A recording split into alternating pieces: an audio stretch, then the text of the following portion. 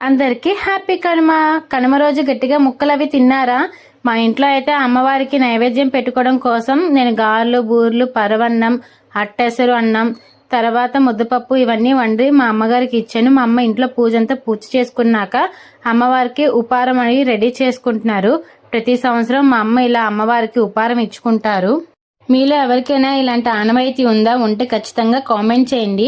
అన్నట్టు చెప్పడం మర్చిపోయాను, కనుమ రోజు మా వారైతే ఇంటికి వచ్చారు. పండగ 2 రోజులు ఎంజాయ్మెంట్ మిస్ అయిపోయారు కదా, సో ఈ ఒక్క రోజు కవర్ చేద్దామని చెప్పి కోడి పందాలకి వెళ్లి చక్కగా అక్కడ కోడి పందాలు అవన్నీ చూసుకుని మధ్యాహ్నం అయితే భోజనానికి ఇంటికి వచ్చారు. వాళ్ళు వచ్చే లోపల నేనైతే చికెన్ బిర్యానీ రెడీ చేశాను.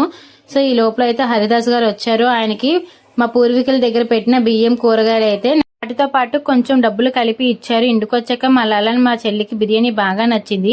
ఈవినింగ్ అయితే ముగ్గుల పోటీ జరిగిందని చెప్పి మా జడ్జిమెంట్ ఇవ్వడానికి అయితే వెళ్ళాం. వీడియో నచ్చితే లైక్ చేయండి, మన ఛానల్ సబ్స్క్రైబ్ చేసుకోండి.